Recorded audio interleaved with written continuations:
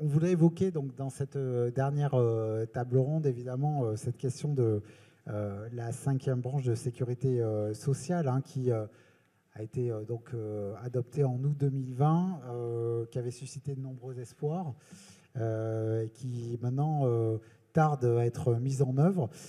Essayer de voir un peu quels sont les obstacles à lever, les questions qui méritent d'être prioritairement traitées pour que cette fameuse 5e branche devienne réalité. Donc pour répondre à toutes ces questions, je suis ravi d'accueillir à cette table une dame que je pense tout le monde connaît, Christine Pires-Beaune, députée du Puy-de-Dôme, membre de la Commission des finances de l'Assemblée nationale, qu'on peut applaudir.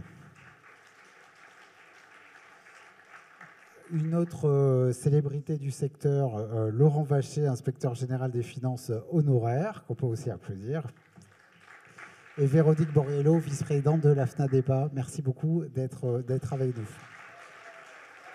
C'est aussi une célébrité, hein. Alors, monsieur, on aimerait d'abord se tourner vers monsieur Vacher, puisque pour qu'il nous parle un peu de cette 5e branche de sécurité sociale. Donc, vous êtes l'auteur en 2020 du célèbre rapport qui a donné naissance, en tout cas qui a conduit à la création de cette branche autonomie de la sécurité sociale. Pour ne pas revenir trop en détail sur le rapport, mais peut-être quelques éléments, mais c'était quoi vos préconisations, justement, quand vous avez envisagé cette 5e branche? En appuyant sur le bouton, ça s'allume en vert et normalement, ça fonctionne. Ça marche? Oui. Oui. Ben, en fait, quand on m'a demandé effectivement en 2020 ce rapport sur la mise en place de la 5e branche de la sécurité sociale, on avait déjà décidé de la créer, puisqu'en fait c'était un vote du Parlement qui avait acté le principe effectivement que cette 5e branche, la CNSA, se transformait en 5e branche de la sécurité sociale. Donc le rapport qui m'avait été demandé, c'était les conditions de mise en œuvre, qu'est-ce qu'on devait attendre et quelles étaient les conditions de mise en œuvre de cette 5e branche. Mais le principe en avait été décidé par le Parlement et accepté par le gouvernement de l'époque. Le deuxième élément, c'est évidemment que ce n'était pas une 5e branche qu'on créait ex nihilo, puisqu'en fait, quand on avait créé la CNSA en 2004, on n'en avait pas fait une branche de la sécurité sociale, c'était un organisme ad hoc, mais une partie de son existence était très directement liée à la sécurité sociale, puisqu'une bonne partie de ses financements était dans un mécanisme compliqué des reversements de la branche maladie vers le financement de l'autonomie.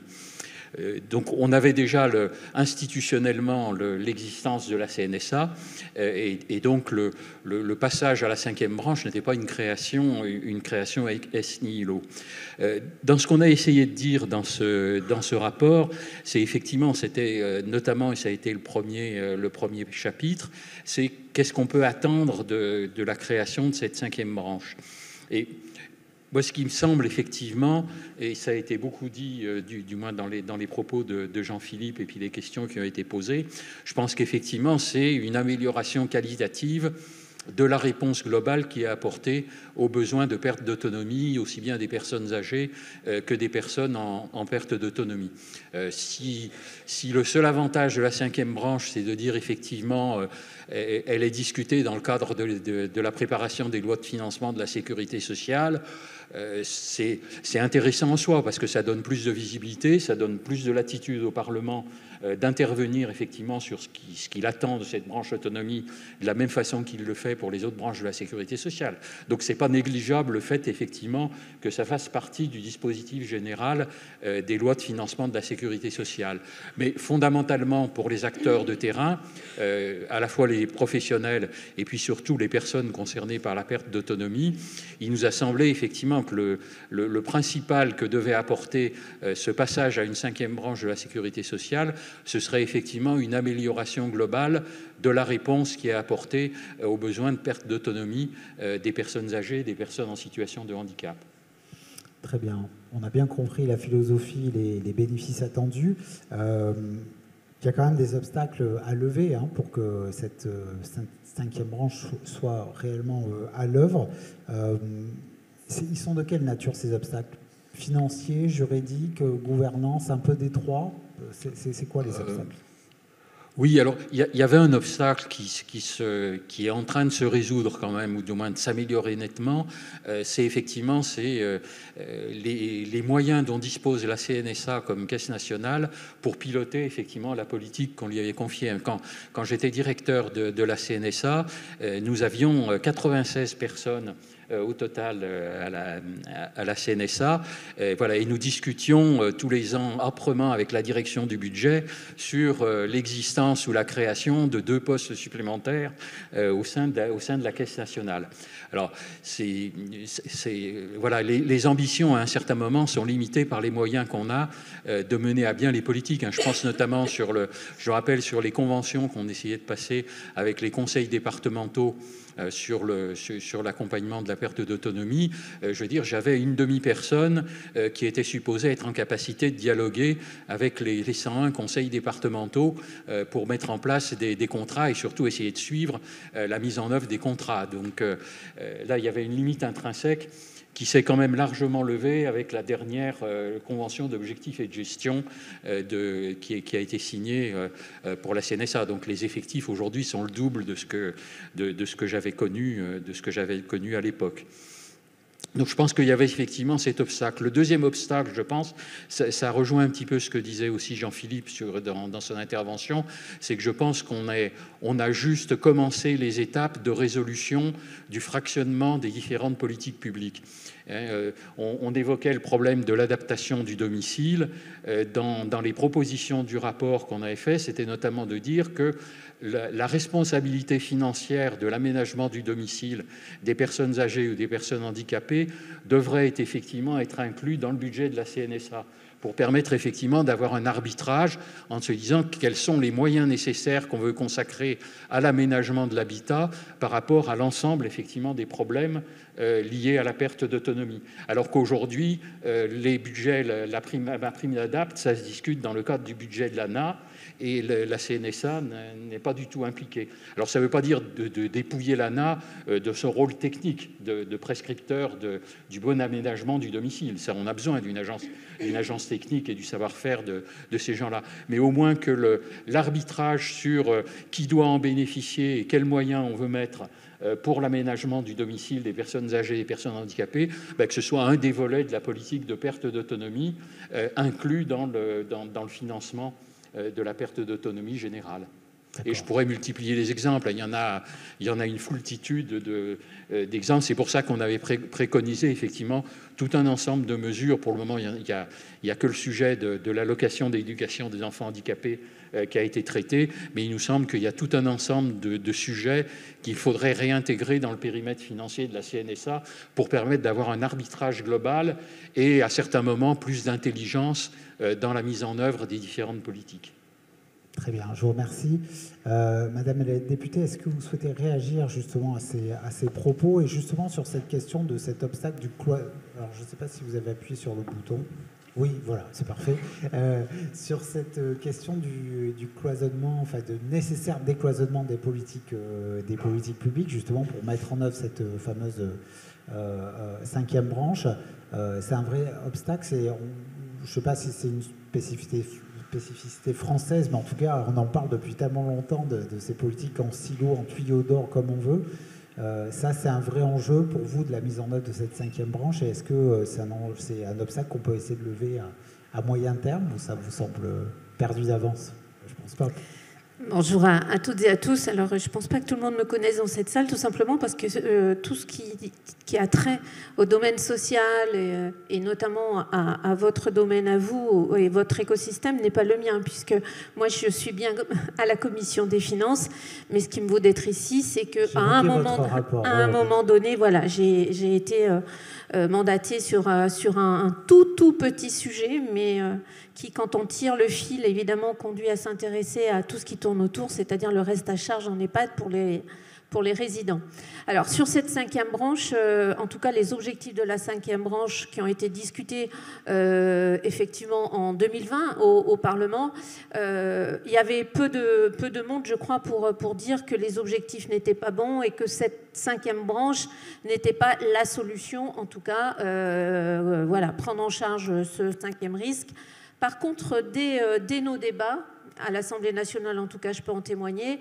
Tout de suite, on a dit créer une 5e branche, c'est bien, lui donner les moyens pérennes d'assumer ses missions, c'est mieux. Et donc, voilà, je pense qu'au-delà du périmètre, et je rejoins ce qu'a dit M. Vacher, effectivement, il faudrait rapatrier certaines allocations de la branche famille et d'autres branches vers la CNSA, tout simplement aussi pour donner de la lisibilité aussi qui manque beaucoup. Et oui, vous avez raison, on travaille trop en silo ici, mais on travaille trop en silo ailleurs. C'est le grand mal français, chacun court dans son couloir et malheureusement on ne discute pas suffisamment ensemble. En tout cas, la logique, encore une fois, cette option de 5e branche, dans la logique de notre sécurité sociale, de protéger contre les risques de la vie, c'est une très bonne chose.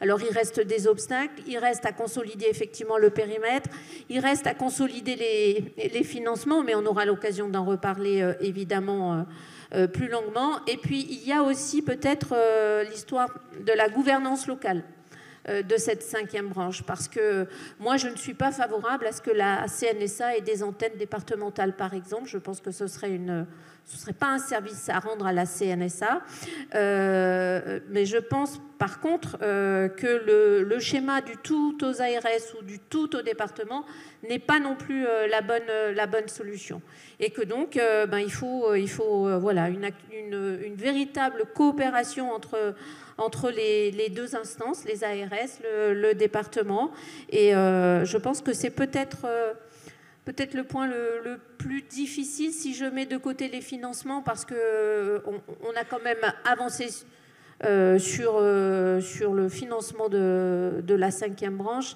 même si, et je le dis dans ce qui a été dit auparavant par M. Vinquant, si on veut raisonner à l'échelle globale et mettre en place une politique de prise en charge du grand âge global, les préconisations, on les a dans le rapport Libault et on les a dans plein d'autres rapports. Ce qui nous a manqué jusqu'à présent, c'est le courage politique pour aller chercher les financements complémentaires, parce qu'on aura besoin de financements complémentaires. Merci beaucoup. Alors, juste une réaction sur cette idée d'une meilleure coopération, peut-être, Véronique Borriello, entre justement les agences régionales de santé et les départements. J'ai regardé les 25 propositions de la FNADEPA, hein, on m'a confié des documents, donc j'étais bon élève. Et vous faites la proposition justement de créer une agence régionale de santé et de l'autonomie. Est-ce que vous pouvez nous en dire plus sur cette proposition-là? Et est-ce que ça fait écho à ce que nous a dit Madame la députée? Oui, alors bonjour à toutes et à tous. Alors, avant de répondre vraiment à cette question-là, juste, nous, au niveau de la FNADEPA, c'est vrai que le fait déjà d'appeler cette branche la branche autonomie et pas la branche dépendance déjà en soi, est intéressant, puisqu'on se base sur l'autonomie des personnes au fil du temps, au fil du parcours. Et pour nous, il ne s'agit pas d'une prise en charge en tant que telle, mais bien d'un accompagnement de la personne au fil de ses besoins, au fil de l'avancée en âge. Quel que soit d'ailleurs son lieu de domicile, parce que aussi bien chez elle, qu'en EHPAD, qu'en résidence autonomie, en village senior ou autre, ou à domicile. L'idée, c'est vraiment de pouvoir accompagner la personne. Donc, on est ravis, effectivement, de la création de cette branche, clairement. Après, vous l'avez dit à juste titre, la question des moyens, bien sûr, et bien évidemment, nous préoccupe, nous questionne, et questionne, je pense, beaucoup les politiques aujourd'hui, vraiment, et à juste titre, puisque la question même du financement et du comment on va financer cette branche se pose. Et pour revenir à votre question sur la gouvernance, alors oui, dans le cadre des 25 propositions, la FNADEPA avait proposé à l'époque la création des ARSA, oui. C'était à l'époque post-Covid, où effectivement, nous, directeurs d'établissements et de services, on a beaucoup souffert de cette situation, clairement, mais avant tout les personnes elles-mêmes déjà. Et avec la fédération, on a trouvé, en tout cas que sur l'ensemble des territoires, les ARS avaient été très aidantes. De fait, plus d'ailleurs que la plupart des conseils départementaux, qui était resté bien silencieux. Et du coup, on s'est retrouvé très seul parfois. Et l'ARS, la DGCS et la fédération, heureusement que on remercie, bien évidemment, puisqu'on a pu aider autant que faire se peut, on va dire, les collègues directeurs qui, dans certaines situations, étaient bien seuls. Et du coup, le fait que l'ARS puisse piloter au départ nous semblait pertinent à ce moment-là, de fait, de par ce positionnement à cette époque-là. Aujourd'hui, oui, on est en train de... Alors, 2020, c'est à la fois pas loin, mais c'est déjà quand même très loin pour nous, parce que les choses ont beaucoup changé. Enfin, encore que. Toujours pas de loi. Mais bon, il y a des choses qui changent, d'autres pas. Mais le fait est qu'effectivement, alors, il y a beaucoup d'ARS aussi qui ont pu créer... recentrer en tout cas sur des délégations territoriales par exemple, et on a pu voir au niveau des départements des travaux qui ont pu être mis en place en partenariat avec les conseils départementaux. Et de fait, effectivement, on pense aujourd'hui que... Alors, on est en train de réfléchir, on a commencé à retravailler sur ces propositions, on a fait un séminaire en novembre sur le sujet. Et on va continuer à travailler avec les adhérents sur le sujet, mais à plusieurs, on est plus fort. Et de fait, effectivement, on pense qu'il y a des très bonnes choses ou des initiatives aussi bien de l'ARS que du département et qui peuvent être intéressantes. Et du coup, à faire avancer ensemble les choses. D'accord, très bien. Ok, très bien, merci beaucoup. Je voudrais, Madame la députée, aussi revenir, puisqu'on évoque la question, on a évoqué un peu la question de la gouvernance. Moi, j'aimerais qu'on évoque un peu aussi la question du financement, parce que vous avez réalisé un rapport, même si c'était peut-être pas votre domaine, votre secteur, un rapport passionnant sur la question du reste à charge en 2023, sur le reste à charge des résidents en EHPAD.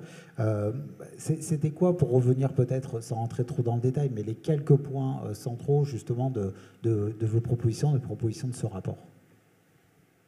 Alors, en quelques minutes, voilà, ce sera effectivement des choix difficiles, mais peut-être quand même rappeler le contexte de la mission. Pourquoi cette mission, à ce moment-là, confiée en plus par le gouvernement à une députée de l'opposition, ce qui n'est pas la loi du genre.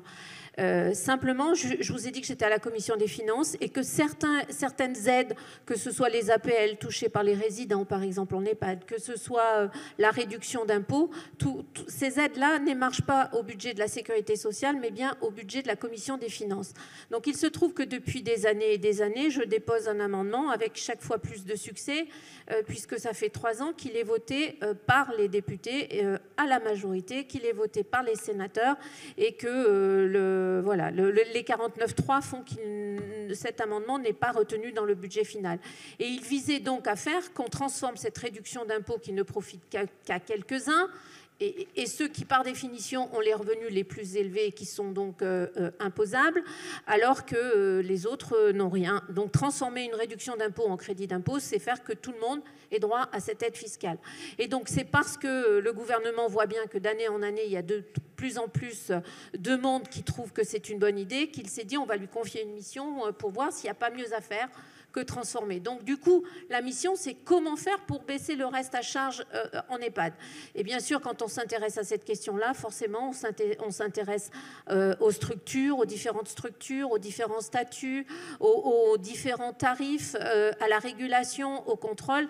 Et forcément, on a un rapport qui n'est pas que sur le reste à charge. Alors, le rapport présente aussi plusieurs scénarios. Et donc, moi, je ne vais pas tous vous les donner, mais je vais peut-être parler de ce qui serait dans l'idéal, ce qui est la solution cible. Mais avant, quand même, il y avait dans mon rapport des actions de très court terme. Pourquoi ? Parce que on était dans une conjoncture où l'inflation faisait galoper évidemment les charges des EHPAD, où on a eu le Ségur de la santé avec une revalorisation des salaires bienvenue.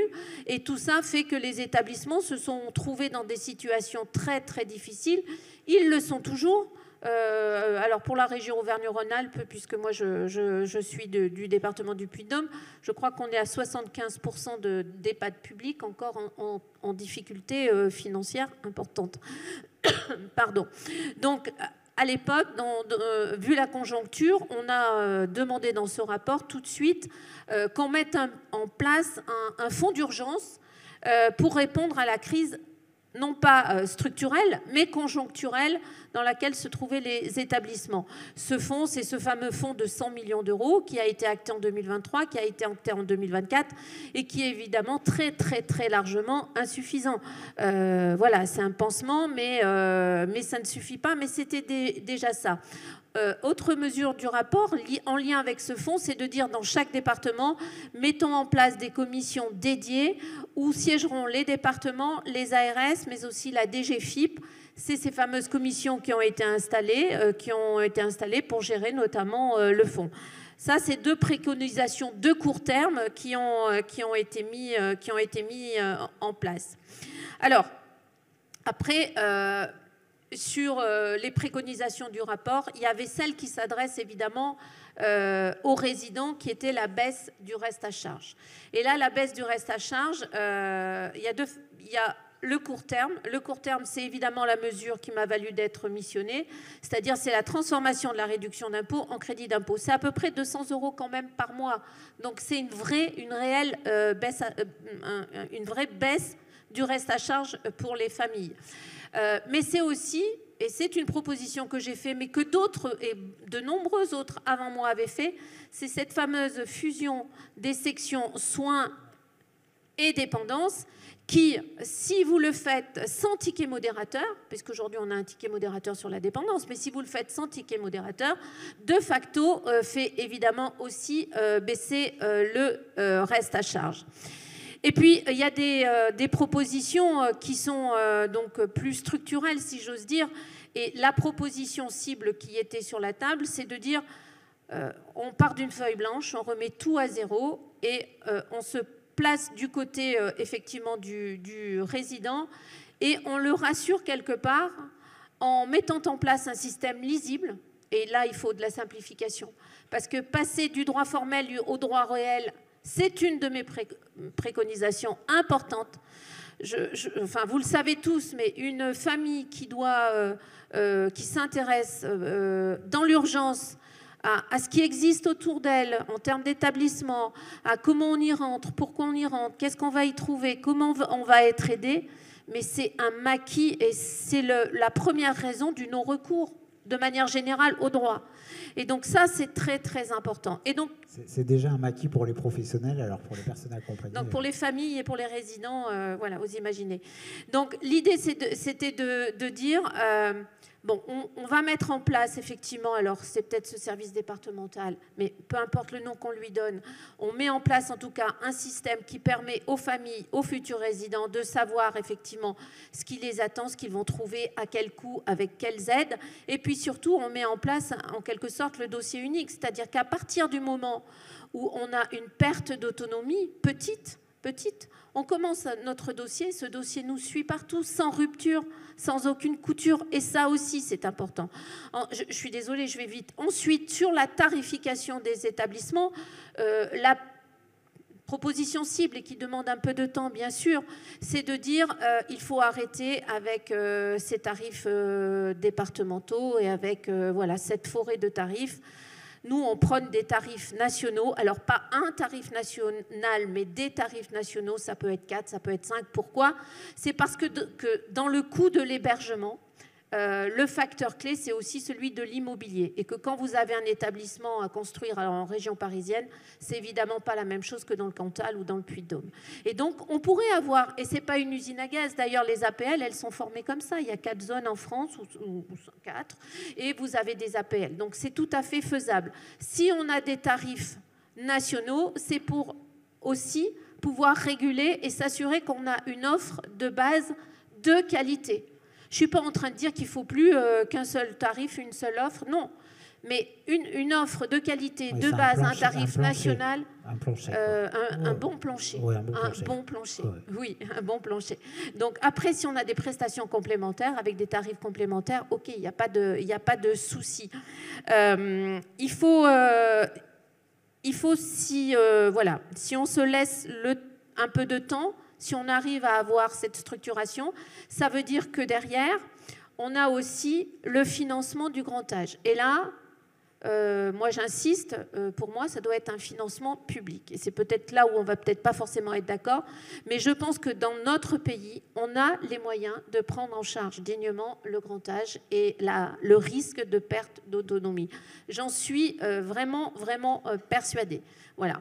Donc ça suppose... Alors je ne mets pas de côté la solidarité familiale, mais je la propose autrement que ce qu'elle existe aujourd'hui, avec une ASH qui n'est demandée que par 18% des résidents. Quand une aide sociale n'est demandée que par 18% des résidents, alors que 75% des résidents en EHPAD n'ont pas de moyens de revenus mensuels suffisants pour payer l'EHPAD. Vous avez 75% de gens qui n'ont pas une retraite suffisante et vous n'en avez que 18 qui demandent l'ASH. Ça veut dire qu'effectivement, l'ASH a vécu et que notre système est totalement obsolète. D'où une remise à plat complète. Je conçois que ça demande un peu de temps, mais que certaines choses peuvent se faire à court terme. Ça a été le cas du fonds d'urgence pour répondre à la situation conjoncturelle. La fusion des sections soins dépendance, on en parle depuis des années et des années. On l'a enfin voté en expérimentation dans le PLFSS pour 2024. À l'heure où je vous parle ici, les décrets ne sont toujours pas pris. Voilà. Je pourrais continuer, mais je pense que... On va peut-être s'arrêter parce qu'il y a énormément de propositions et on va peut-être faire réagir Monsieur Vacher sur un certain nombre de ces propositions.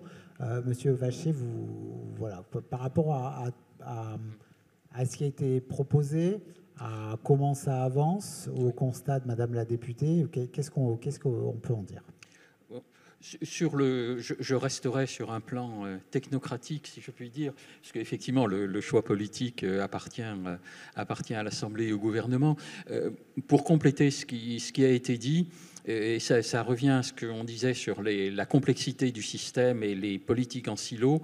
Moi, je n'ai toujours pas compris, comme inspecteur général des finances, pourquoi on avait besoin de cumuler une aide directe sous la forme de l'APA et une aide indirecte sous forme de réduction d'impôts ou de crédit d'impôt. Je veux dire, les deux ont exactement le même objectif. Pourquoi est-ce qu'on a besoin d'avoir les deux instruments pour financer la même chose ? Avec la complexité effectivement que ça génère, sans parler encore de l'APL qui vient encore s'y rajouter pour la partie établissement. Et donc je pense, moi, personnellement, je trouve que si on veut aller effectivement dans le choix de la simplification, il y a effectivement le sujet de la double tarification, mais il y a aussi le sujet des 3 aides, dont en plus on a démontré dans des études statistiques que telles qu'elles sont profilées aujourd'hui, elles aident beaucoup les gens à faible revenu avec l'ASH, beaucoup les gens à fort revenu au travers de la déduction fiscale et moins les gens au milieu de la courbe. Donc le cumul des 3 en plus est inégal, même si on ne changeait rien. Le simple cumul des 3 de toute façon crée de l'inégalité. Donc si on avait simplement une APA revue et qui effectivement serait la seule forme de financement du reste à charge en établissement, de la même façon qu'elle finance le domicile, à mon avis, ce serait aussi un facteur de simplification. Et là, on atteindrait cet objectif aussi de tarifs nationaux, enfin de tarifs national avec plusieurs 3-4 tarifs nationaux. Est-ce que ça vous semble faisable aussi ? Oui, enfin, c'est compliqué parce que c'est vrai que l'historique de chaque établissement génère quand même une structure de besoin de financement qui est quand même très différente, et notamment effectivement avec le problème du foncier. Il y en a effectivement sur lequel le foncier des établissements d'origine religieuse, des établissements d'origine publique, sur lequel le foncier n'a rien coûté. Et donc, évidemment, la structure de coût n'a rien à voir avec un établissement, quel que soit son statut, d'ailleurs qu'il soit commercial ou associatif, qui va se créer, qui aura besoin d'acquérir le foncier pour créer l'établissement. Donc, je pense que objectivement, c'est compliqué. d'arriver à un tarif national, vu la grande diversité des structures intrinsèques de coûts, et notamment de coûts du capital pour les établissements. Sur la partie du fonctionnement, c'est relativement plus simple, mais d'ailleurs on le fait déjà largement au travers effectivement des forfaits soins qui sont en fonction du profil des personnes.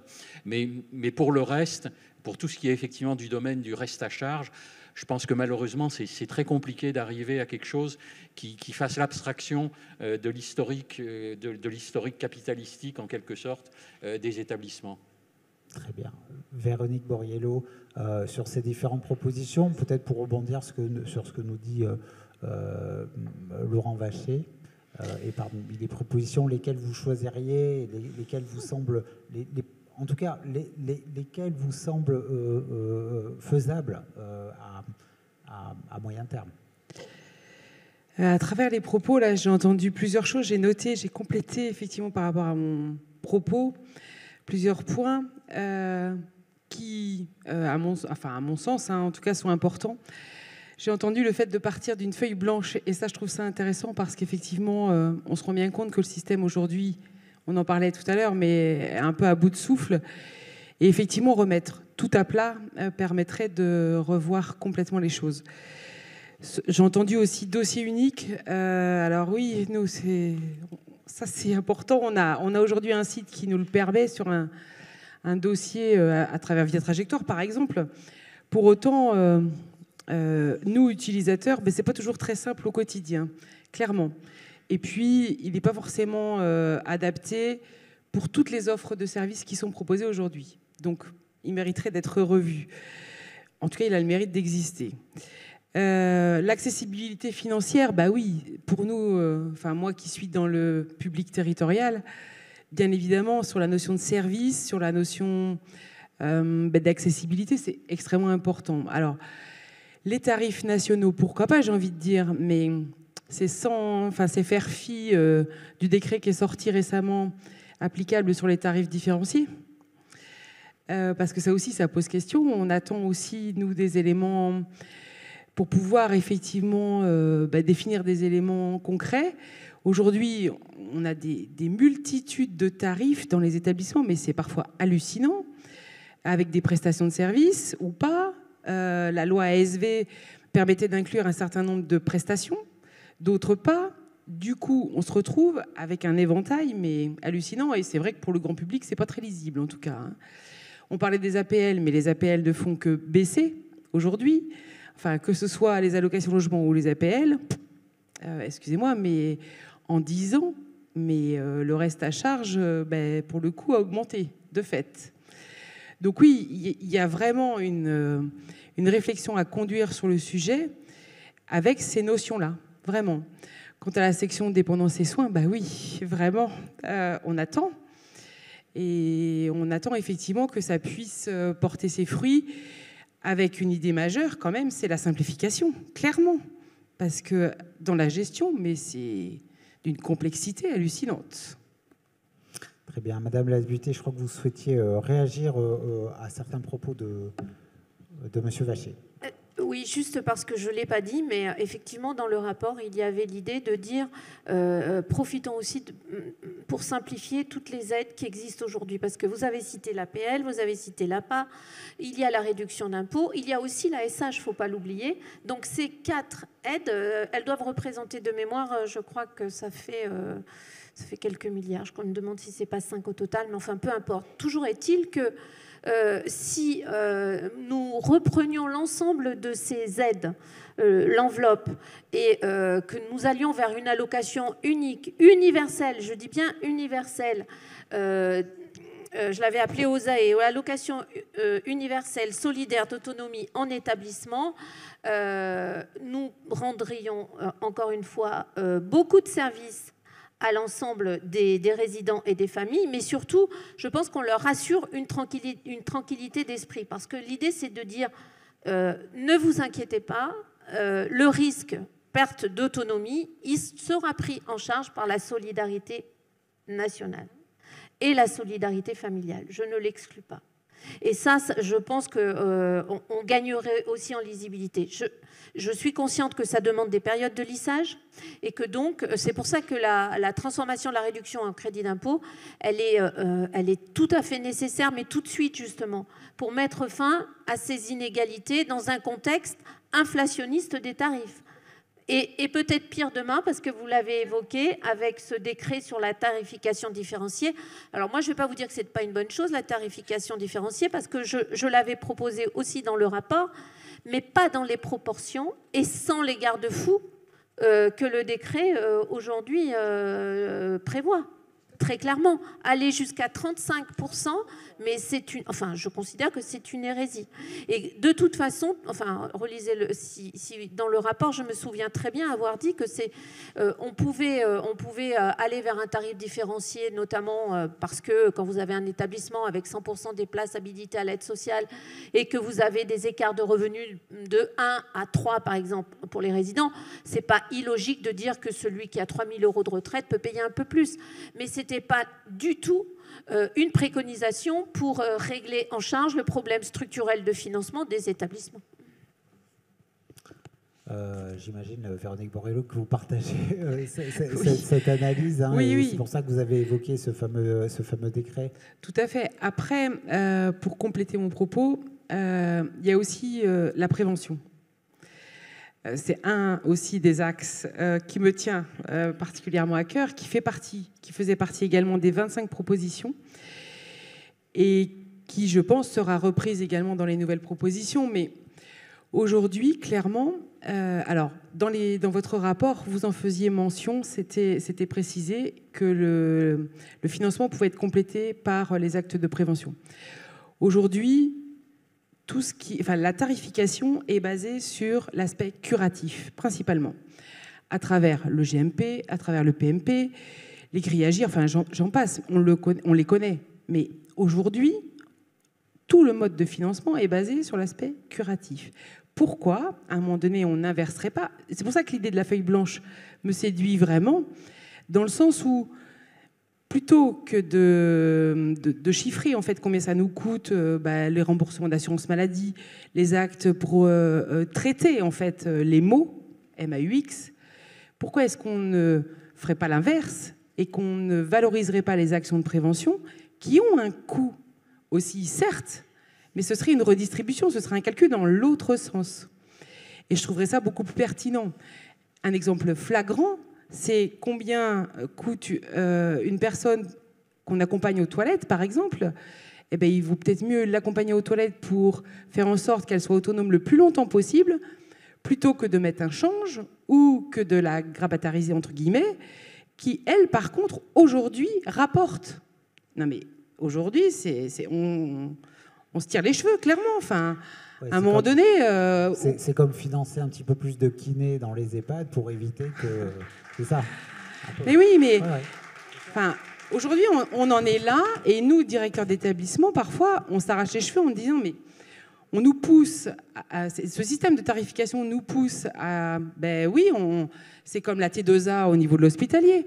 Aujourd'hui, on valorise des actes, et ben nous, c'est pareil, on valorise des actes, mais qui n'ont pas de sens en soi, clairement. Et du coup, l'accompagnement de la personne et le besoin de la personne, mais il est où?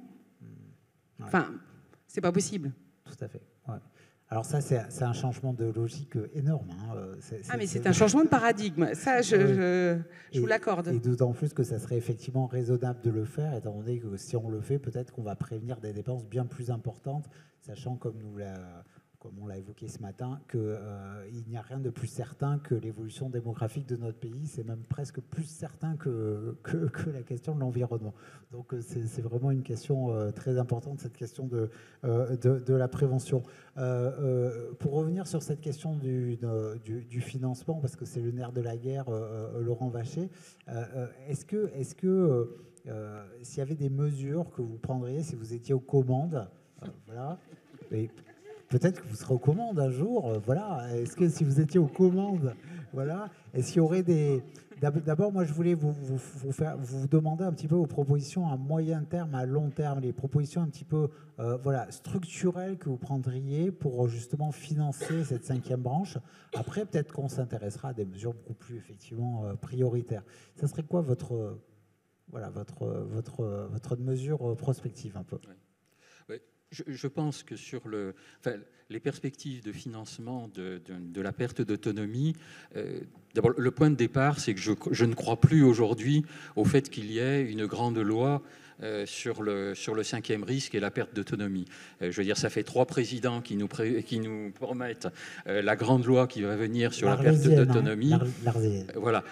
Voilà, donc je pense, alors surtout dans la conjoncture politique actuelle, je pense qu'il faut se faire à l'idée que dans un avenir prévisible, il n'y aura pas de grande loi sur la perte d'autonomie, il y aura des mesures ponctuelles. J'espère que Madame la députée ne va pas nous confirmer ça. Hein. Sinon, j'avance plus.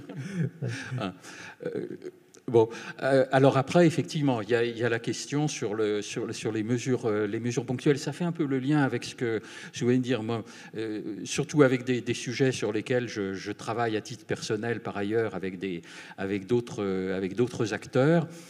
Moi, je pense qu'on est très en retard aujourd'hui sur ce que les nouvelles technologies, l'intelligence artificielle, etc., pourraient nous apporter à la fois en matière de prévention de la perte d'autonomie et en matière de qualité de l'accompagnement des personnes en situation de perte d'autonomie. Que ce soit la qualité pour les personnes elles-mêmes ou que ce soit la qualité pour les intervenants auprès des personnes.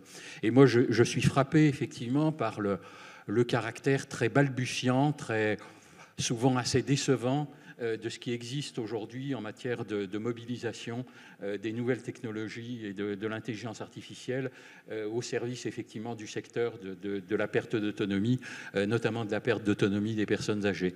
Et donc effectivement, je veux dire, si j'étais à nouveau à la CNSA, ce que je me souhaite pas et qui de toute façon est exclu, effectivement, je veux dire, il faut absolument explorer.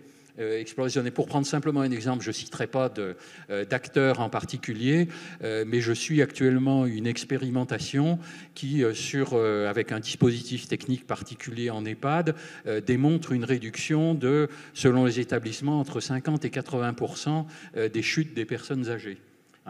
Et donc, je veux dire, réduire de 50 à 80% les chutes des personnes âgées, je veux dire, l'effet d'abord, le principal effet, c'est pour les personnes elles-mêmes et l'aggravation de leur perte d'autonomie. Et indirectement, c'est évidemment toutes les dépenses sanitaires, notamment, qui sont induites par les chutes.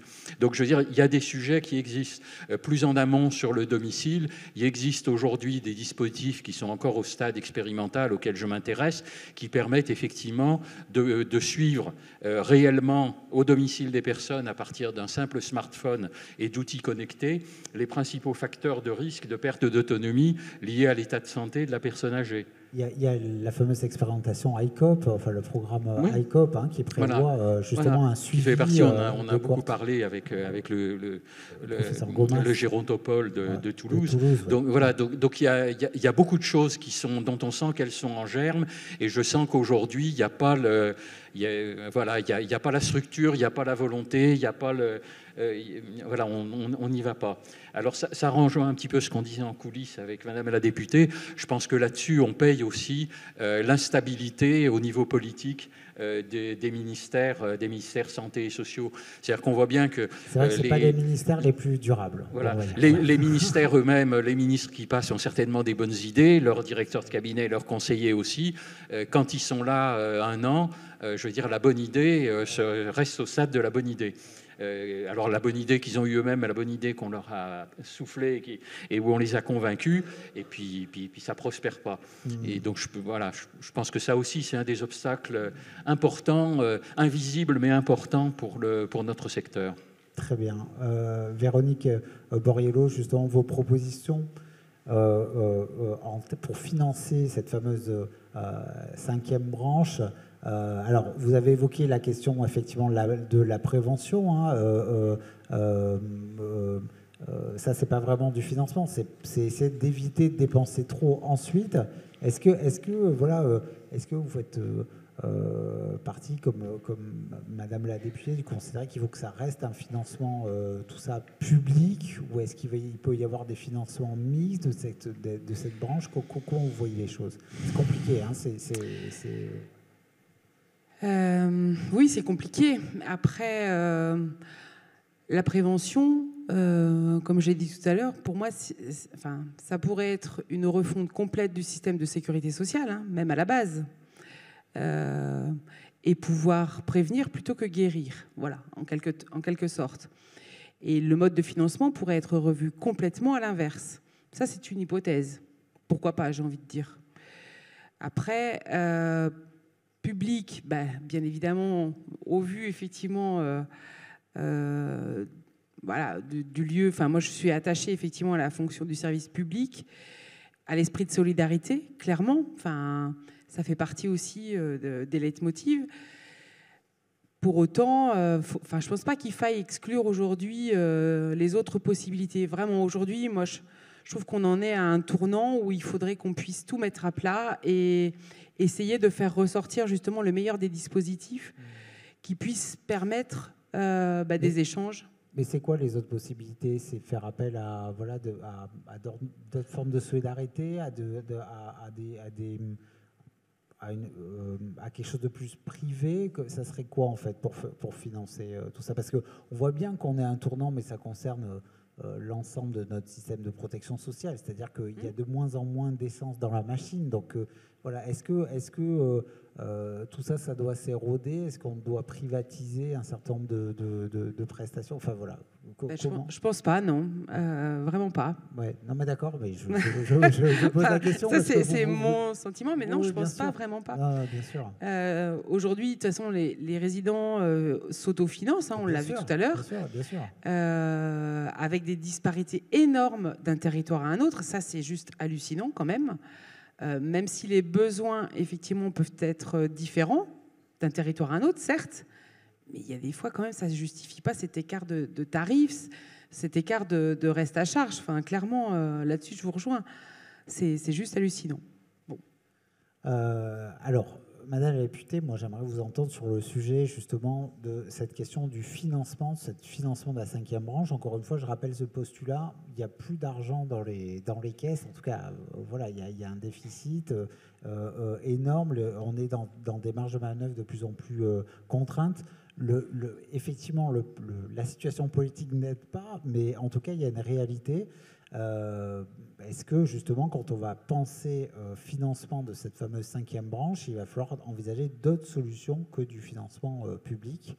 Est-ce qu'il va falloir travailler plus, comme a été proposé récemment? Est-ce que 7 heures de travail en plus, ça va nous aider à financer la branche autonomie? Voilà, je vous pose la question. Alors, moi, je le redis, je suis persuadée qu'on peut financer cette 5e branche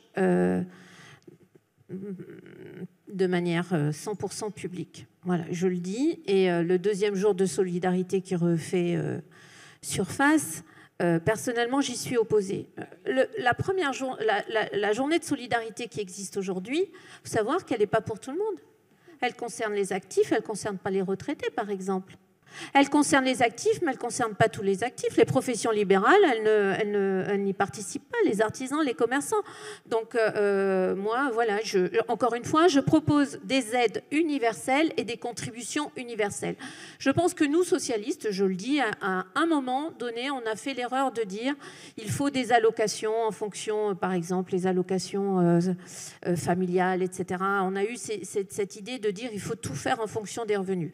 Je pense que c'est une erreur et qu'il faut privilégier les allocations universelles pour une raison de cohésion du pays. Mais par contre, universel ne veut pas dire identique. Universel, pour moi, c'est en fonction des moyens de chacun. Et les moyens aujourd'hui, c'est les revenus, mais c'est surtout les patrimoines. Et si je vous dis ça, c'est parce qu'aujourd'hui, les inégalités qui se creusent dans notre pays et qui se creusent de plus en plus, on n'a jamais eu autant de pauvres en France. Ce n'est pas moi qui le dis, c'est l'INSEE. Elles sont non pas le fait du croisement des écarts de revenus, mais elles sont le fait des écarts de patrimoine de plus en plus. On va avoir dans les 15 ans qui viennent 9 000 milliards d'euros qui vont changer demain. 9 000 milliards, c'est 3 fois le PIB français. C'est 3 fois la dette française publique.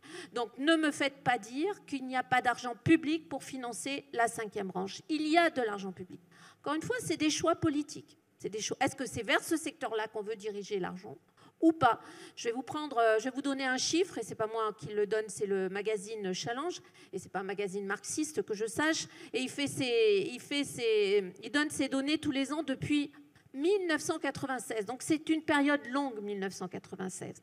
En 1996, les 500 premières fortunes de France, elles représentaient 6% du PIB. 1996. Aujourd'hui, c'est 44% du PIB. Donc oui, on peut mettre en place, et moi j'ai fait une proposition de loi il y a quelques années de ça, qui a repris d'ailleurs dans une étude tout à fait récente, la Fondation Jean Jaurès, certaines de mes préconisations sur les flux successoraux, et notamment sur la taxation des héritages, si on veut éviter d'aller vers une société d'héritiers. Et dans cette proposition de loi, je voulais flécher une partie de ces recettes-là vers la prise en charge du grand âge. Mais voilà. Après, il y a d'autres propositions, notamment de M. Vachey, sur lesquelles on pourrait discuter. Voilà, l'abattement forfaitaire des retraités sur l'impôt sur le revenu, on peut en discuter si on discute aussi de tout le reste en même temps. C'est-à-dire, parce que parler des retraités aujourd'hui, comme on parle des agriculteurs aujourd'hui, mais c'est se moquer du monde. Il y a entre le paysan chez moi qui a un cheptel de 50 charolais et celui qui est chez moi aussi, mais à quelques kilomètres, qui est dans la plaine de la Limagne, c'est pas les deux mêmes agriculteurs. Et quand vous avez un retraité qui a 1 000 € de retraite et un retraité qui a 5 000 € de retraite, c'est pas les mêmes retraités. Est-ce que vous savez aujourd'hui que le taux de CSG des retraités est inférieur au taux des actifs? Au nom de quoi? Au nom de quoi un retraité qui a 5 000 € de retraite paye moins de CSG qu'un ouvrier qui est au SMIC? Enfin, il y a des choses à remettre à plat. Mais encore une fois, on ne peut pas toucher un élément. C'est pour ça que je dis, si on doit mettre sur la table l'abattement forfaitaire, si on doit mettre sur la table le taux de CSG, enfin, il y a plein de choses qu'on peut revoir. Mais ne trompons pas les gens. Il faut... Et donnons la bonne information, parce que sinon, on n'y arrivera pas. Très bien. Est-ce que vous avez un certain nombre d'observations à ajouter? Juste, pardon, l'allègement de charges est dans le budget de M. Barnier qui est tombé. Il y avait cette mesure-là. C'est une bonne mesure, je pense. Si je dis que c'est une bonne mesure, c'est parce qu'on a aussi des rapports qui ne viennent pas là aussi d'organismes marxistes, mais bien du Centre d'analyse économique ou de France Stratégie, enfin tous ces organismes de la Cour des comptes, tous ces organismes-là qui vous disent qu'aujourd'hui l'allègement de charges sur un certain niveau de salaire, on a peut-être été trop généreux et il faut peut-être y revenir. Il ne faut pas oublier que les cotisations sociales, qu'elles soient patronales et salariales, elles vont alimenter notre modèle social. Tout à fait. Peut-être une réaction Non, peut-être effectivement de dire... je pense, et là encore une fois, c'est de la responsabilité du politique, mais je pense qu'il faut choisir effectivement... Il y a un problème de logique intrinsèque de à quel type de financement veut-on faire appel pour financer la perte d'autonomie. Est-ce que c'est effectivement un financement universel ? Et à ce moment, à quelques détails près, c'est la CSG, modulo quelques injustices liées à la CSG aujourd'hui, comme les taux différents pour les retraités. Est-ce qu'on veut faire financer plutôt par les gens qui arrivent à la retraite en considérant que c'est un risque qui peut leur advenir 15 ans ou 20 ans après leur départ à la retraite, et que donc, comme ce sont des gens qui n'ont plus les mêmes charges que les actifs, c'est plutôt effectivement vis-à-vis des retraités qu'on va demander de faire un effort pour financer ce qui peut leur arriver, statistiquement quand même loin d'arriver à tout le monde, pour la perte d'autonomie. Ou alors est-ce qu'on va chercher effectivement des recettes qui sont plus loin du cœur de sujet de la perte d'autonomie, mais dont on estime effectivement que techniquement, économiquement, en termes de justice sociale, elles sont souhaitables. Alors il y a effectivement le sujet des successions, il y a le sujet plus général des charges sociales et des seuils sur les charges sociales des entreprises. On avait fait tout un catalogue dans le rapport effectivement de 2020 sur toutes les mesures techniques qui seraient possibles, qui n'ont pas obligatoirement un rapport très direct avec la perte d'autonomie, mais qui peuvent être considérées comme économiquement ou socialement ou fiscalement pertinentes. Voilà, donc je pense qu'il y a un peu ces trois pistes. C'est financement universel, on s'adresse plutôt aux retraités parce que c'est un risque qui concerne les personnes qui avancent en âge, ou on va chercher plutôt des mesures techniques qui n'ont pas un rapport direct avec le sujet de la perte d'autonomie. Très bien. Véronique Borillo, est-ce que vous souhaitez réagir ou non? Pas à ce stade, parce que de toute façon, il va y avoir des questions. Je vous remercie beaucoup pour ces premiers propos et je me tourne vers la salle. On est allé dans des choses assez techniques, donc à vous de nous faire redescendre un peu sur Terre. Il y a une question qui est là, et je crois que j'en ai vu. Oui, là aussi. C'est bon. Allez-y. Oui, merci beaucoup. Donc, je voulais dire que cette 5e branche dont on parle depuis longtemps, assez naïvement, j'avais cru qu'elle viendrait à côté des 4 autres branches. C'est-à-dire que je m'attendais à ce qu'effectivement la notion de financement soit envisagée comme quelque chose d'assez universel, puisque là encore c'est un choix de société. J'adorerais vraiment cette page blanche où on pourrait redire à quoi on est attaché, justement, qu'est-ce qu'on veut financer à travers notre activité ou nos impôts, etc. J'adorerais ça. Donc cette 5e branche, j'ai vraiment cru qu'un jour, j'aurais ça, par exemple, sur ma feuille de paye, une nouvelle cotisation, une nouvelle ligne à côté de la maladie, la vieillesse, tout ça. Comment ça se fait que, en fait, on n'arrive pas à proposer ce choix? Enfin, tout le monde est concerné par ce vieillissement. Tout le monde est concerné par ce risque de perte d'autonomie. Comment n'arrive-t-on pas à faire solidarité autour de ça? Enfin, c'est un des gros sujets de société. C'est pas possible. Donc, j'espère qu'on est tous convaincus ici qu'il va falloir ressortir de là et dire, enfin, on veut ça.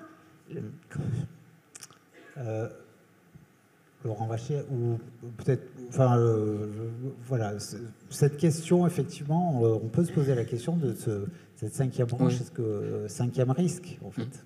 Le 5e risque, quand même, aujourd'hui, donc la branche autonomie, elle est majoritairement financée, très majoritairement financée par une part de CSG.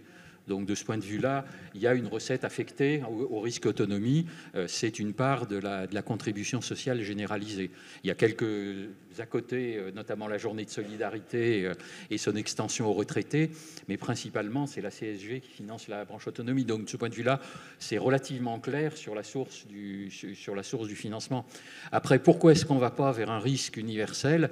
Moi, je me rappelle, prédécesseur de Jean-Philippe, Monsieur Fragonard, quand on en parlait il y a quelques années, disait on aurait pu le faire si on l'avait fait il y a 20 ans. Aujourd'hui, la conjoncture générale fait qu'on ne le fera pas. Et la conjoncture générale ne le fera pas simplement du fait des conflits sur les besoins de financement des différentes politiques publiques. Je veux dire, financer la perte d'autonomie, c'est important.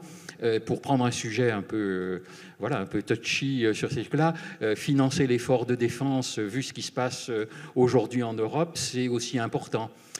Et il y a un moment où, quand on est déjà à 52% du PIB qui est consacré à la dépense publique, où on ne sait plus comment faire pour rajouter encore de la dépense publique à la dépense publique. Et donc, ce sont des arbitrages internes. D'accord, ok. Alors, prochaine question. Voilà, Bertrand Cognac, je suis directeur d'une association à Brest, dans le Finistère, qui gère plusieurs EHPAD. Et alors, j'ai une remarque de terrain, puis après une réflexion plus globale. Je voulais donner l'exemple, faire remonter cette idée on est en contact avec notre association, avec des établissements en fonction publique territoriale qui sont en difficulté dans la perspective d'une reprise, et qu'on a interrogé l'ARS et le département sur les réunions, ce qui est censé être mensuel, je crois, depuis la fin 2023, des réunions des commissions départementales de suivi des établissements en difficulté qui ont moins de 30 jours de trésorerie. Et dans le Finistère, sur 130 EHPAD, il y en a 30 répertoriés. L'ARS et le département ont gardé le lacet de leurs chaussures. Cette commission ne s'est jamais réunie dans le département.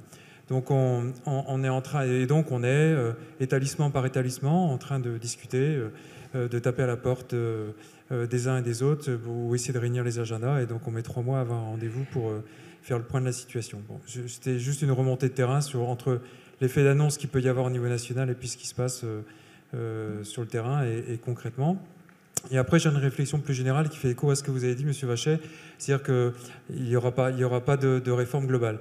Alors, au-delà du fait que raisonnablement, je pourrais me dire aussi la même chose, c'est-à-dire ayant connu des successions de gouvernements. Vous avez parlé de 3 présidents de la République, mais on pourrait d'un nombre de gouvernements, de premiers ministres ou de ministres qui ont été en charge du sujet et qui ont tous, malgré leur motivation, la plupart des ministres abandonnés.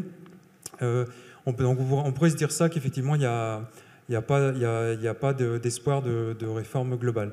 Alors, je passe le fait que faut dépasser le côté une réforme globale serait une reconnaissance pour notre secteur, et on est dans un secteur avec des acteurs quand même très engagés, parce qu'il y a beaucoup d'humains, et puis à la FNADEPA, ça se sent quand même en plus de manière très très forte. Bon, je passe au-delà, ça ferait du bien, une réforme globale en termes de reconnaissance, mais ce n'est pas le sujet principal. Je trouve qu'à travers les débats de ce matin sur la réorganisation du secteur du domicile, les débats qu'on a cet après-midi avec vous, y compris dans le terme des choix de financement. Et je pense aussi et quand je vois ce qui vient de se passer sur le décret qui permet d'aller jusqu'à 35% de hausse des tarifs d'hébergement, en fait, tout ça, on réforme, enfin, on régule à la marge le secteur, petit pas par petit pas. Et en fait, l'évolution, s'il n'y a pas de financement, et j'entends bien, hein, je suis citoyen, donc qu'on est à tel niveau de dépenses publiques aujourd'hui, et que donc c'est. Mais au final, c'est l'usager qui va payer de toute façon. Et les 35% m'ont choqué, moi aussi. Mais en fait, c'est la seule solution parce qu'il n'y a pas de choix fait par ailleurs. Hein. Demain, avec ce qu'on a rappelé ce matin, qu'on connaît tous archi par cœur, avec ce qui va nous arriver dans la décennie qui va venir, de toute façon, il n'y aura pas le choix. C'est-à-dire que l'accompagnement des personnes âgées en perte d'autonomie, elle va passer par le fait que, puisqu'il n'y aura pas de financement, s'il n'y a pas de financement solidaire et de réforme globale, elle passera par le fait que l'usager va payer, le bénéficiaire va payer. Donc en fonction de ses ressources, ou il ne va pas payer s'il n'en a pas suffisamment. Donc en fait, pour moi, la question du financement, elle vient après, elle vient enfin. C'est-à-dire à la fin, quand on sait vers où on va aller, quand on a défini les grands principes, à quoi sert le domicile, jusqu'à où il accompagne, est-ce qu'il y a des solutions intermédiaires qu'on renforce ou pas, on a parlé des CRT ce matin, mais jusqu'à où on va, quelle est la mission des EHPAD, quel public accueillir, voilà. Enfin, quel est le rôle de la prévention, pour reprendre ce qu'a dit Véronique Borriello. Quand on a défini tout ça, l'orientation, le cadre, là on peut commencer à discuter et dire aux Français, et au final les députés décideront, qui va payer, hein. Mais il n'y a pas ce débat, hein. Donc moi je reste partisan qu'en fait c'est pas que je souhaite une réforme, c'est que ça me paraît indispensable parce que sinon de toute façon c'est l'inégalité qui va prendre le pouvoir. Ceux qui auront les moyens financeront leur perte d'autonomie, puis ceux qui ne l'auront pas, ils auront une visite par jour ou une par semaine peut-être s'ils habitent au fin fond de tel ou tel territoire. Madame Pires-Beaune, est-ce que vous souhaitez réagir à cette nécessité de clarifier les choses, effectivement, alors peut-être parler de quoi on parle. Par rapport à la situation de Quimper, dans le Puy-de-Dôme, les commissions se réunissent. C'est pas plus tard qu'il y a mois de janvier, je crois, elles se sont réunies aussi. Voilà. Tout ça pour vous dire que oui, eh ben, malheureusement, ça ne fonctionne pas forcément partout. Et c'est bien dommage parce que, y compris ça permet, en tout cas dans le Puy-de-Dôme, de voir la complémentarité, c'est-à-dire des crédits non reconductibles, par exemple, des départements par rapport à ce fameux fonds d'urgence. Donc c'est bien. Par rapport à ce que vous dites, moi je suis comme vous. Moi j'ai encore envie d'y croire et je veux y croire parce que sinon, si on n'y croit pas, on n'avance pas. Quand on est législateur, voilà, si on ne croit plus à ce qu'on défend, c'est pas la peine. Donc moi j'ai encore envie de croire à cette grande loi, mais détrompez-vous, on parle beaucoup de ces débats-là en commission, en séance. Malheureusement, on a eu Sarkozy, on a eu Hollande, on a eu Macron 1, Macron 2, et tous nous ont promis cette grande loi qu'on n'a pas et dont on a vraiment, vraiment besoin, parce que je rejoins ce que vous avez dit tout à l'heure, la prévention, oui, mais parlons-en de la prévention et la tarification qui tiendrait compte de la prévention, mais évidemment que ce serait bien, parce que ça éviterait des coûts pour la société beaucoup plus importants. C'est comme le réchauffement climatique, c'est pareil. On préfère regarder du côté des assurances, augmenter la taxe machin pour les assurances pour faire face, plutôt que de prendre le mal à la racine. C'est exactement la même chose. Donc voilà, moi encore une fois, je reste persuadée qu'une société du XXIe siècle en France, telle qu'on la souhaiterait, elle est possible, elle est envisageable, mais il faudra faire des choix tout simplement parce qu'aujourd'hui, on a ce pilotage avec ce ratio de prélèvement obligatoire, puisque effectivement, même si parfois on compare des choux et des carottes, très clairement, hein, quand on compare certains systèmes, par exemple, ne serait-ce qu'en Europe, on est obligé de faire des choix parce qu'on ne pourra pas tout faire. Et l'État, demain, ne pourra pas tout faire. Donc on sera obligé de faire des choix. Je n'imagine pas qu'on sacrifie, encore une fois, parce qu'on a tel et tel critère, l'avenir et la prise en charge de nos personnes âgées. Et pour répondre peut-être tout à l'heure à Monsieur Vincan, évidemment que les EHPAD, on en aura encore besoin demain, et je suis très heureuse de vous l'avoir entendu dire. Des EHPAD qui ne ressemblent pas à ceux d'aujourd'hui, évidemment, mais on en a besoin, et je ne sais pas chez vous, mais chez moi, le taux d'occupation est remonté en flèche, et aujourd'hui, on a du mal à trouver des places en EHPAD. Et aujourd'hui, en raison de l'augmentation des tarifs de ces derniers mois, pas plus tard que la semaine dernière, moi, j'ai un couple de retraités qui m'a écrit... et ça, le courrier se terminait comme ça. On est obligé de chauffer à 17 pour pouvoir payer. Ils sont obligés alimentaires de la maman. Voilà. Et je n'avais jamais eu de courrier de citoyens me disant on va pas placer... j'aime pas ce mot de placer, mais maman n'ira pas à l'EHPAD parce qu'on n'a pas les moyens et pourtant elle en aurait besoin. Donc moi, ce que je crains, parce qu'on manque de moyens à domicile et parce qu'on manque de moyens aussi pour les établissements, ce que je crains, c'est les drames invisibles de demain. Une dernière intervention ou une avant-dernière, ça dépend de vous. Excusez-moi, je vais changer de registre, pardonnez-moi d'avance. Je viens de recevoir un SMS, enfin sur mon réseau social, SMS de Donald, et il me dit... Peux-tu me dire ce que tu fais dans ce repère de crypto-communisme, my brother? Ne t'inquiète pas, je t'envoie la garde républicaine du Minnesota. On va les renvoyer au Groenland, dada, my brother. J'ai peur, Madame Borriello, j'ai peur, Madame Pires-Beaune. Monsieur Coignec, vous en avez rajouté. Vous m'inquiétez. Merci beaucoup pour cette note d'humour pour terminer cette table ronde. On applaudit bien fort... les intervenants.